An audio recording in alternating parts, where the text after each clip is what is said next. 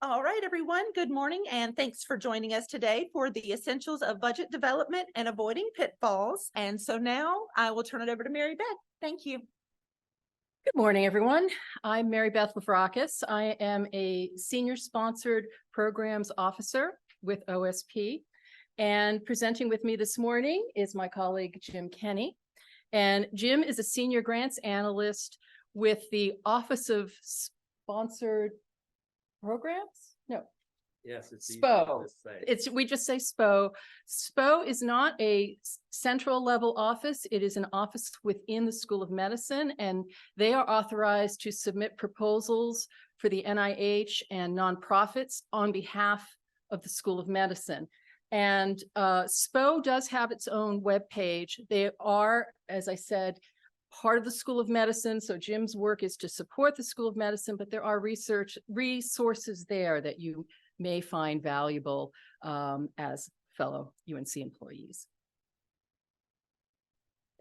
So our objective today was not to give you from the very basic start of doing proposal or in general grant budgets, but we wanted to try to take a more sort of intermediate level look at what the key areas of problems have been that we deal with. Jim is a pre-award person. I do both pre and post-award, but mostly post-award. So I see what happens when the budgets get pushed forward because we have to. Because we're at a deadline and we do the best we can. But then when you get to the post-award stage, things will slide to a halt if there are significant problems with the budget. So that's what we want to try to help people either head off or at least foresee that if an award comes in, they might have to deal with some delays while things about the budget get sorted out. So our topic areas are going to be revisiting the cost principles. In discussion, one of the things Jim and I really came to recognize was that if people keep the cost principles in the foreground of their mind, you're going to avoid a lot of problems. We're also going to talk about personnel, and it's in parentheses or in quotes, because we don't mean personnel literally in only that accounting definition on our budgets where it's UNC employees, salary, and fringe. We're talking about personnel to include everyone, every individual who is going to be working on that project and how we properly pay them. So this could be consultants, other significant contributors, which can be a problem even though they are getting $0 from a budget, consultants, contractors, and subawardees. And this is a major hurdle on the post-award side where people, we realize, have been put down as if they're going to be paid as an independent contractor / consultant, and they really have to be sent, their university has to be sent a subaward. It's a very frequent pitfall. And then we'll end up with a quick look at some indirect costs issues. Now, if you do need a more basic review of budgeting fundamentals, this slide just recounts for you some of the different information that is available on the OSP website. And as you may be aware, the website is about to relaunch. So we didn't give you links because the links will be changing. Some naming is changing, but the information itself isn't going away. So you should at the very least be able to go back and do a subject search and have the new page pull up for you.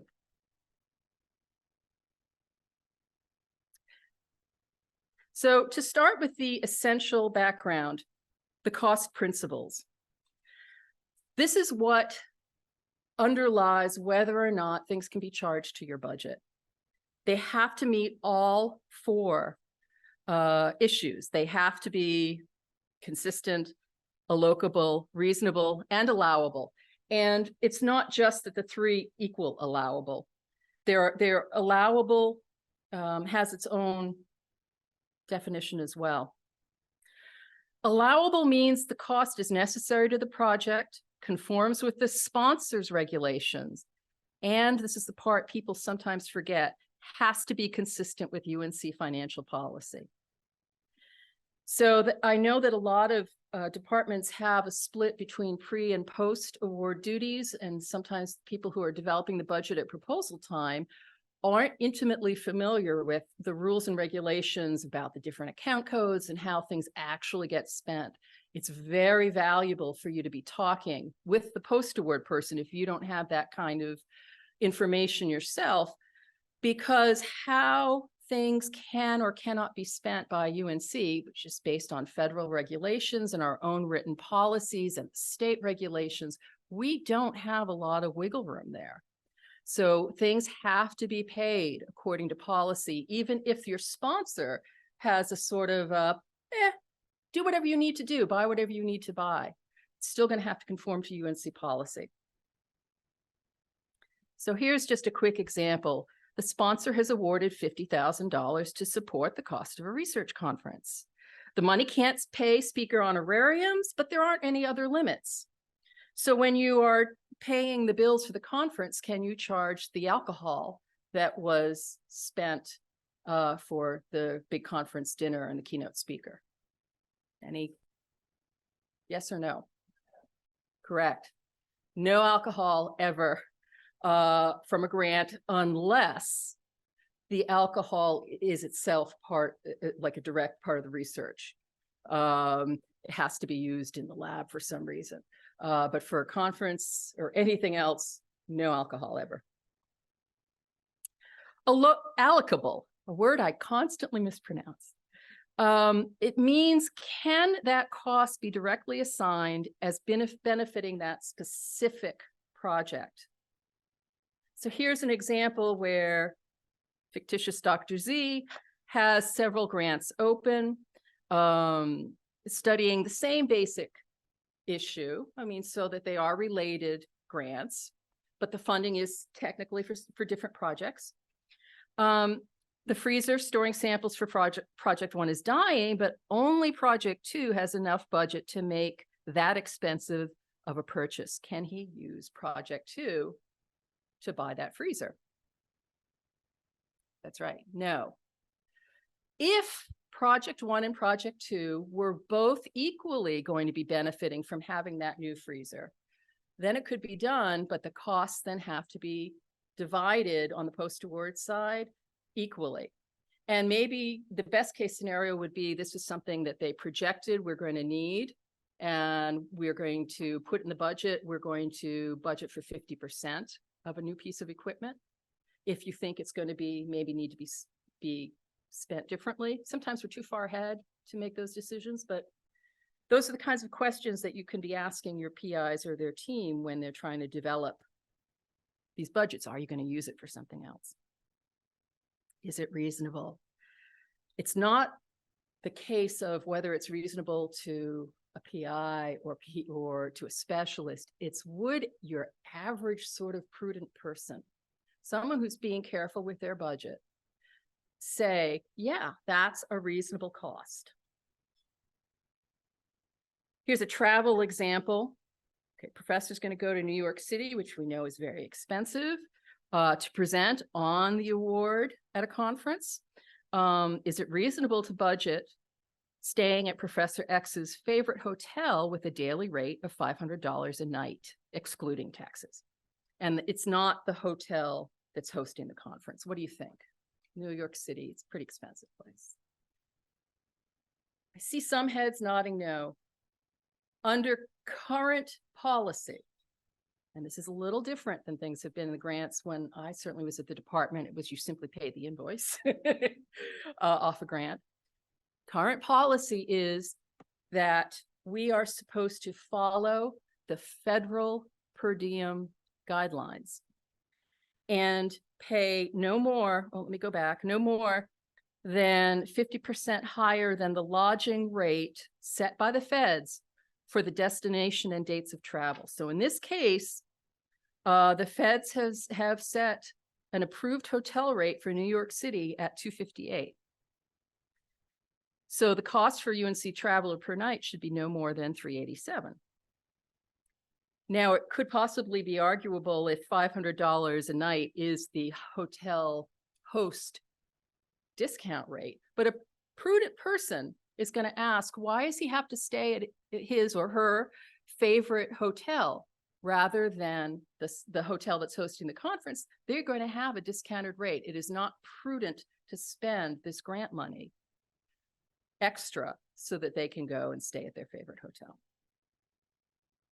And it has to be consistent. And consistent is a word in a sense like personnel, in that there are two separate meetings. There are official budget related and accounting related definitions. And then there's what we all use it for. Consistent doesn't just mean it's all the same within a budget, an individual budget. It has to be, the cost has to be treated the same across UNC, regardless of the funding source. So something that UNC has said will be treated as an indirect cost will always be an indirect cost, no matter who your funder is. With some special, there's always some tiny little possible changes, like federal awards that do allow in certain cases to have office staff charged to a grant, but that's only been around for a few years, 5 years maybe. So it has to be consistent across all funding sources. So as an example, you've got some postdoctoral fellows in your year. Some are from the NIH, and we know the NIH has specific funding levels and regulations, but others are sponsored by nonprofit foundation and one's by a corporation. Do you need to budget fringe benefits for these fellows? The answer is no, because stipends do not, because a fellow at UNC is not a UNC employee. They are not paid through payroll, no matter who their funding source is, and they be paid via stipend, and there are no fringe benefits because fringe benefits are only collected on employees. So it matters a lot when you're putting these budgets together to think about these post-award issues, because in some cases they can really affect not just the bottom line, but your indirect rate, and sometimes whether or not you have accidentally proposed cost share, which is something that us central office people will try to make you aware of and make your departments be more specific about how the money is actually going to happen. So now we're going to move on to personnel in that more general sense. And Jim's going to start us off. Personnel, as Mary Beth talked about, is by definition, all of us people, but it doesn't always mean, in the sense of the application, that we're talking about the consultants, we're talking about the subawardees, or the other significant contributors. For this, when we determine the salaries of personnel on the application, it's really the employees of the applicant organization. So when you think about the employees of the applicant organization, it rules out a lot of personnel. Salaries. UNC says we're going to use Infoport to determine the salary and fringe rates for the employees at the time of the application. This is always a moving number. We just saw an article in The Well just a couple days ago where they said state employees get a raise. Well, we just submitted applications without that raise. The awards come in, and now we don't have enough to cover rebudgeting. That happens all the time. So for the purpose of the application, we're using Infoport to determine the salary and fringe, and we're using the total salary. Sometimes individuals have a salary plus additional funds that are added to their total salary. Think additional responsibilities such as chairpersons or other higher levels. Total salary is what you use generally in that category, though. For NIH, they're chopped off at the knees with the salary cap, so it really doesn't matter. For everybody else, we're looking what is used in Infoport. Now, we all know that somebody is going to get a raise. We want to apply that so we don't get caught. But the rule is at the time of the application. Salary escalations. Here's where you can capture some of that. UNC allows for up to 5%, no questions asked, salary escalation of the value that's in Infoport. We're not going to say you have to. That's a rule. NIH in general does not allow for salary escalations. You'll find that in their guidance. Yet I just said it's allowable. What they're talking about there, the NIH, is 5% per year. If you start out with a salary in Infoport at 100K, add 5%, 105, and you run 105 all 5 years, as far as the NIH, there's no salary escalation because that's an internal UNC policy, which the NIH will allow, but there is no annual escalation. Some institutes or centers specifically state no salary escalation. Some investigators want to apply salary escalation regardless. And they also sometimes are surprised when those institutes or centers reduce their award from what was asked because they can see that 105 went to 110, 115, it escalated. They say no salary escalation. So use what was in Infoport at the time. Sometimes it's difficult to determine what the fringe rate is. Infoport does have identifiers, indicators. For example, the UNC faculty physician P&H practice plan indicator in the center column. If that's an N for no, then the individual would get the permanent rate. There's a confusing piece of information on this slide. Clinical pay field. Sometimes individuals try and apply the UNC faculty physician practice plan rate because they see that clinical pay field is a yes.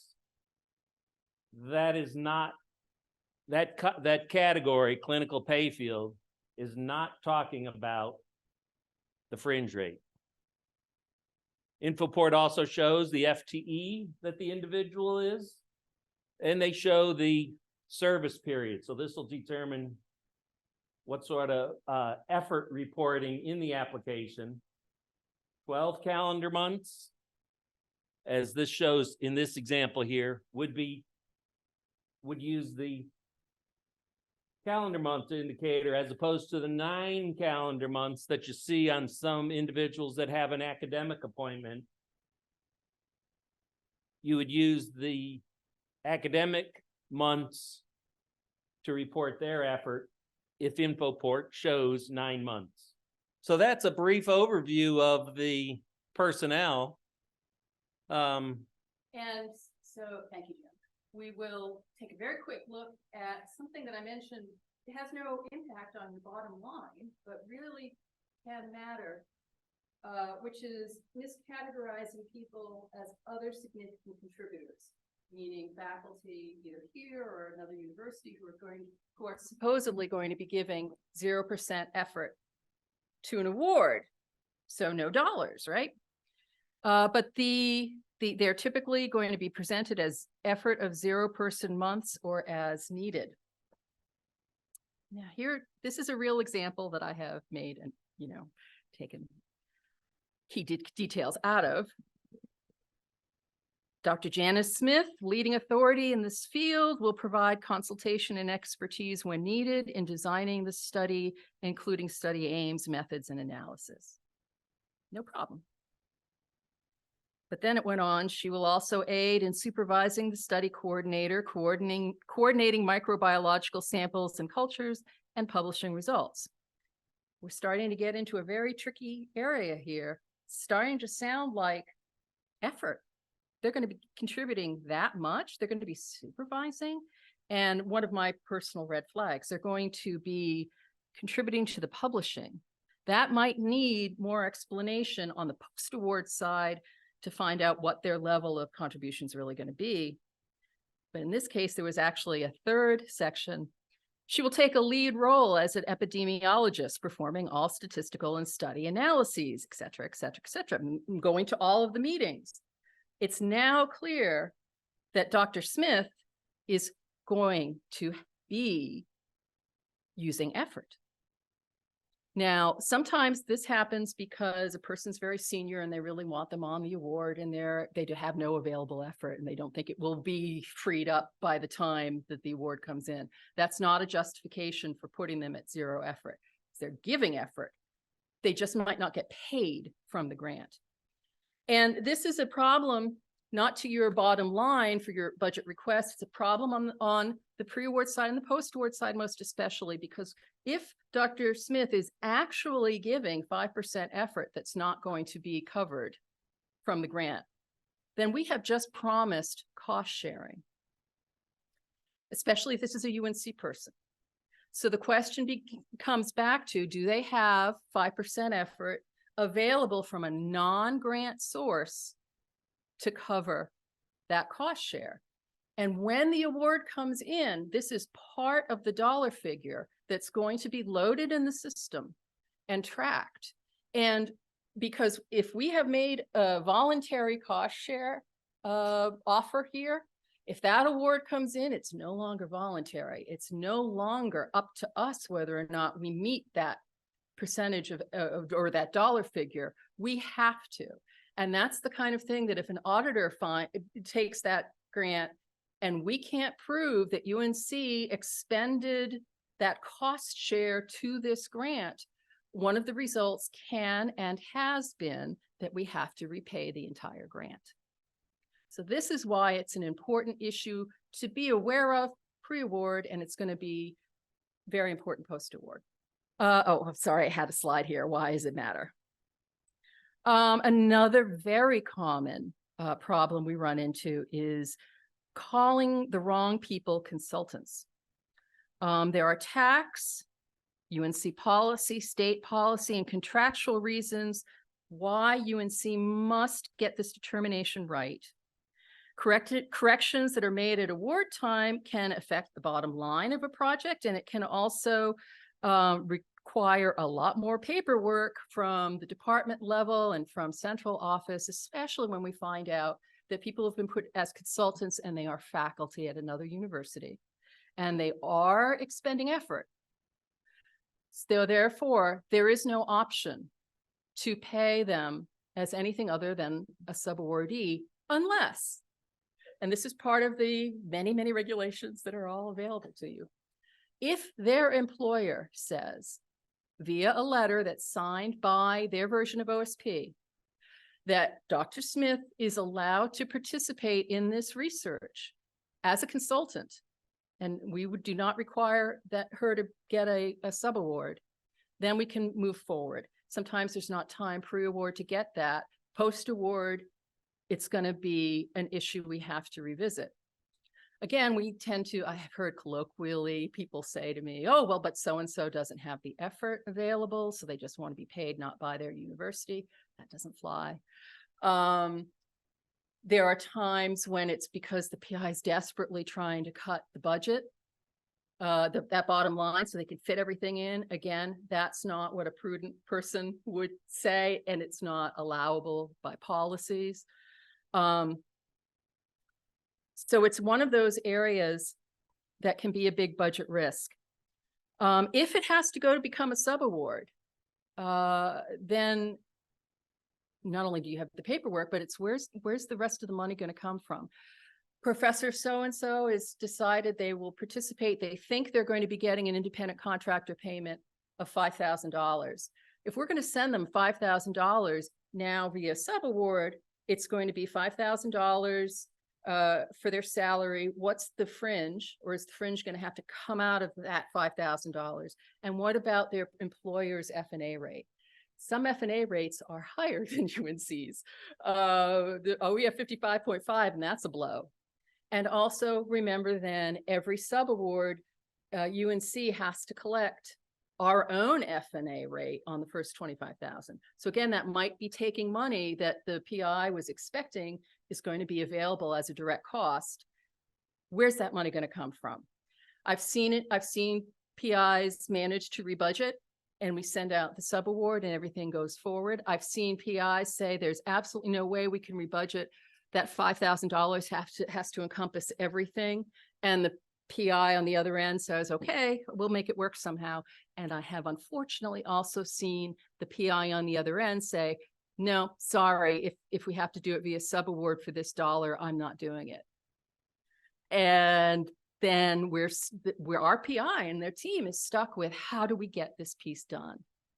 And again, how are we going to get it done for this money? And it can cause problems that we can try to head off if we try to be conscious of, don't fool with the wording just so it will get in and think that maybe at the end it'll slide by, because there are things that a post-award person is going to notice and say, that sounds like effort, or I recognize that person's faculty at Duke or at NC State or wherever. And so post-award, you can hit some real problems. Another thing to remember, which I hope people do, is that no state employee can be paid as a consultant. They can work doing consulting or doing a small segment of the project that's not really effort, but like it might be a faculty overload payment, or it might end up being that they're going to have a small portion of their normal salary and fringe. It's a state law. There's no arguing about it. It's actually anyone who is a state employee. So keep that in mind. If they are a state employee, they're not going to be put into your consultants line. They might be for the purposes of our sponsor. The sponsor might want all of these people put in, but on the post-award side, on your internal budget that's going to be loaded into Connect Carolina, they do not go in the consultants line. They get a state employee would end up, unless they're being paid via subaward, would be paid via dual employment, I think it's called. But again, it's putting us in that personnel region and not independent contractor. External faculty is always the big red flag. Your independent contractor questions, these are part of Ramsey's. And I believe these are also part of the independent contractor paperwork that you end up filling out when it's time you actually do have an independent contractor consultant to be paid. These should be red flags in a sense to you, so that when, even at proposals time, ask us about consultants. That's going to be the majority of the yes or the no. We know that everything can be, more details can sway things one way or another. Personally, for myself, one of the questions that I always take a look at is the person going to be an author on any public dissemination? And a lot of times when I've asked that, it comes back, well, yes, they're going to be helping write the paper, or they're, sometimes that's a question that really gets the more details, that shows us more accurately whether they're expending effort and it needs to be dealt with via subaward. Another thing about subawards is it's not just that it's because they're using their university's time. This research is part of what a professor is expected to be doing. So their universities have policies. We also have a requirement to flow terms and conditions down to via subawardees that, especially when they're the federal terms and conditions, can be impossible for an individual to meet. And so, but if we're supposed to, by the regulations, flow it that way, and we don't, that's a problem. That's an audit problem. And what if they have broken the policies that they were supposed to have been, held to? Even more of a problem. To give a very quick example with this publication issue, a long, long time ago when I was a graduate student. I had a friend who, in a different department, was writing her dissertation. So we were different fields, but similar enough that I could have kind of intelligent reading of her work. And so I read every chapter, and we would get together once a month, and I would say, I like this. This doesn't make sense. I think you should follow this other line because that really got my attention. And that was great. So I was thanked for my help in her introduction. And when she published, I was thanked in her book's introduction. I was not in any way, shape, or form a co-author. Although I did grammatical changes to her manuscript, I did not write any of it. I did not read her primary source material, so I was not generating data. I might have suggested things about analysis, but she was under zero obligation to take my advice. It was 100% her analysis, her work. If she had had a team, it could have been their team's work. So that is the difference between someone who is a thank you and a footnote versus someone who's expecting co-authorship. I understand that in sciences, a lot of times there are more authors involved than in non-science fields. But that, I think, is a really good question to ask a little bit more about. If your independent contractor comes back with a yes, they would expect to be a co-author. And here's just another slide that gives you some of the resources. The whole thing of subrecipient versus contractor is extremely complicated. And so I do recommend the 2022 presentation that was recorded. So if you need more information on that, you can always revisit that in particular. Indirect costs. One of the pitfalls that we run into, especially with large complicated programs, is which indirect cost rate are we using? And I don't mean whether it's 55% or 28% for a clinical trial. It's on and off campus. This is a funny little one.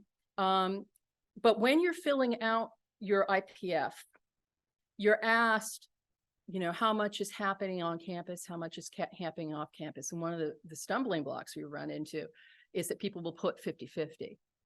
Well, we can't have 50-50 because to determine which rate is applied, it depends on where 51% or more of the work is happening. If it's 51% or more happening on campus, then it's the 55.5% rate to the entire project, even if the other 49% is happening in Zambia or Vietnam, where UNC has actual UNC sites that belong to us. But if it's 51% that's happening at UNC Malawi, then the entire project collects the 26% off-campus FNA rate, which is actually a thing that makes some PIs very happy because that means more dollars, but it's worse for the admin side when you're trying to actually get the money in for UNC's costs. This is a common pitfall that I see with the School of Medicine because School of Medicine does a lot of industry-funded work. And the sponsor says they will not pay UNC's standard FNA rates. So what happens? Not a problem if it's a nonprofit or federal sponsor, nonprofit. If it's published in their materials soliciting applications, that's a published rate. They're a nonprofit. We'll accept it. They say we're going to pay 10%. It's fine. UNC will collect 10%. If the sponsor is nonprofit, but they didn't publish their rates, then there's a very simple waiver that you fill out. And the thing about that waiver is that no one is going to be asked, the department's not going to be asked, well, how are you going to cover the missing FNA? Because UNC absorbs that. And it's fine to absorb that missing FNA for a nonprofit. But if it's a for-profit sponsor, it's a completely different story. And the reason why is that there is a policy that notes that a subsidy of any cost of the project, meaning UNC not collecting the FNA rate that has been federally negotiated for this work, would constitute a use of public funds for private benefit and would be an improper use of university resources. So we cannot give a break to a for-profit sponsor without doing some extra work. So there is this model that was developed, especially because of this coming up where it was on the school medicine side, but it's available for the whole university to use. You can recoup some of that missing FNA by using this particular budget model, the facility use fee budget model. And as you can see on the slide, you're asked to say yes to whether it's wet lab or dry lab, and it automatically calculates a new cost that's going to go in your direct costs. The caveat on using this model is that it's set up to require a 28% general FNA cost. So if you've got, as I have seen come in sometimes recently, for-profit sponsor saying we're only going to pay you 10% FNA, this budget model won't work. If they're at least willing to pay 28%, you're still missing from 28% to the 55.5%. This little model will do the calculation for you. You can even use a version of it because it's it's in Excel, and so they have different kind of version tabs that you can use just as your submission budget. And that way we are not violating public policy by supporting the work that benefits another company by using public funds. If that doesn't work, you're left with using the for-profit waiver. And this section here is just the central part of the form because the rest of the form looks like any other form. But this is different. Make sure that you've used this form and not the nonprofit waiver, because this form asks and must include how the department is going to cover, or the school if it goes up to the dean's level, how is it going to be covered through non-sponsored funds, the missing FNA. Can be divided amongst different sources. It could be I did one recently, and they committed to using their FNA money, the department's FNA money, to cover this missing FNA. It could be if you have like a trust fund that benefits the school or whatever. Non grant funds, it's got to be paid. It's got to be covered. So this can be a stumbling block with any kind, because this is a kind of cost share. So anytime there's a cost share, this should be something maybe you don't get fully nailed out at pre-award time, but will definitely be fully nailed out at post-award time. How is that money going to be recovered? And as a matter of fact, in this case, it usually what happens when there's cost share involved, when your SPS is loading your budget, there is a special line that is loaded, that is the total budget figure that has been promised as cost share on this award. And so I think it's 4999 or whatever. And at the very end, if you're looking at InfoPort, you can scroll down and see, oh, look, we did promise a cost share and nothing's been posting. Oh no, because you've got to make sure then that like personnel actions are getting coded to the cost share at the time they're happening, or there's horrible paperwork. But in this case, when it's FNA, there's even an extra layer of us having to notify people in our office, and they put in special notations in Connect Carolina to make sure that this money gets collected. So be cautious with for-profit sponsors if they are not wanting to pay our federally negotiated rates. And again, here are some web resources, including what has always been called the information sheet, because it used to be actually a printed out sheet. Now it's just a section of the website. I don't know if they're going to rename that section of the website, but it's where you can go and they'll see all the different numbers and names that you need when you're filling out applications. You can actually take a look at the federally negotiated FNA rate agreement, which will also give you a reminder of what is exempt from FNA and what isn't exempt from F&A, and that can also really affect your bottom line. Sometimes I see people have, and this is a good kind of mistake, I suppose, because it means they actually have more money, where people have offices that are off-site. I used to work with a PI who's was doing all of her work at the office that was rented in Durham. And that was beyond the 10-mile radius for calling it on campus. So she was able to collect the on-campus rate, but they accidentally on some budgets included that rent as pulling F&A, but rent is exempt from F&A. So reminding yourself sometimes of the less common exempt categories can help your direct cost budget, free up a little money that doesn't have to be set aside under F&A. So to sum up some best practices to avoid these pitfalls, think through the details as much as possible and keep spending policies in mind, UNC's spending policies. Think about a justification of items, even if a sponsor isn't asking for the budget justification document. Doesn't mean that I'm saying include a justification on all IPFs, but as much as possible, ask the questions of the research team to try to make sure that what they're proposing and what money they really have available in their direct costs is going to be accurate. We also, I hate seeing it when things happen post-award and it ends up because of something that we just pushed through because we had to, you know, and it takes then months and months to get the extra paperwork or to figure out how money can actually flow out the door. So if you have the time and if the team has the time to think about justification and the spending policies, that's going to be super helpful on the back end.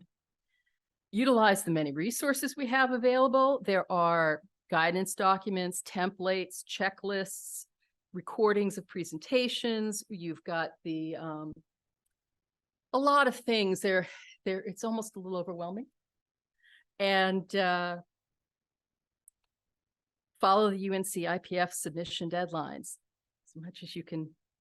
Push for that to happen, because that gives us the chance, and those deadlines apply to SPO as much as they apply to OSP.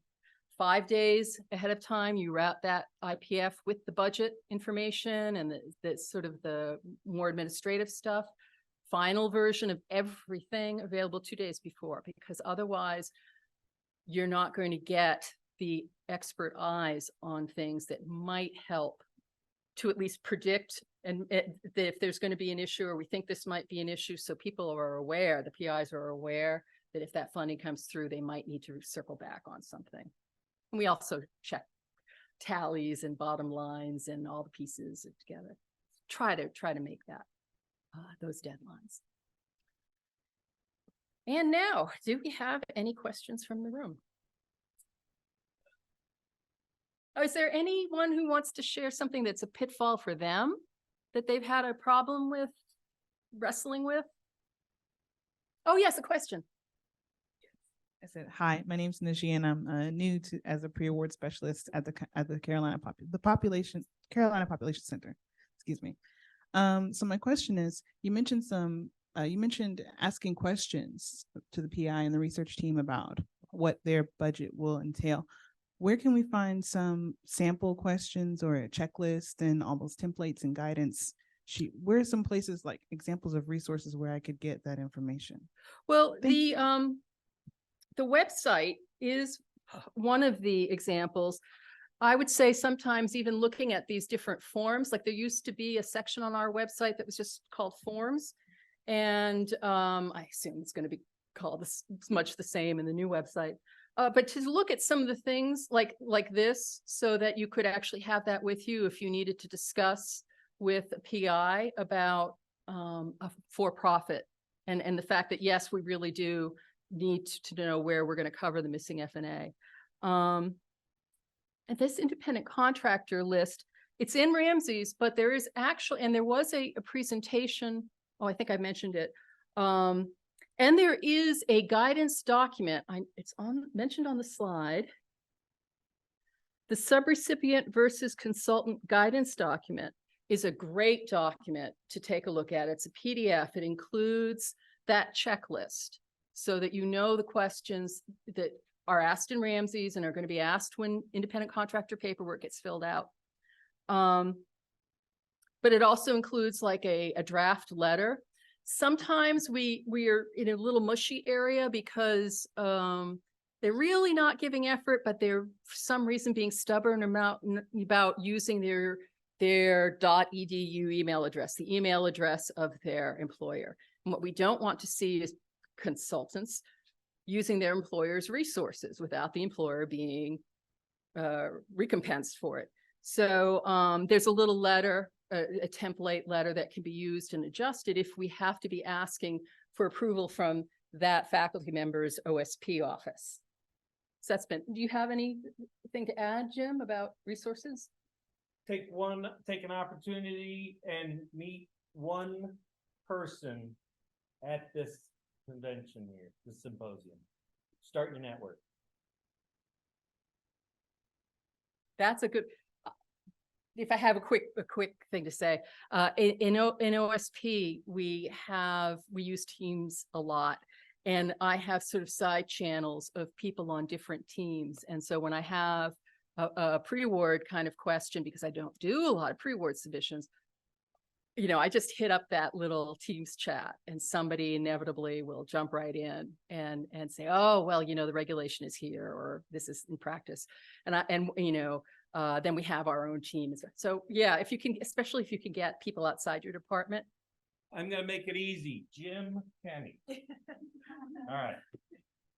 And a resource that is on the SPO website that you have to use your Onion to log in to get to it, I believe, but your UNC, you can do it.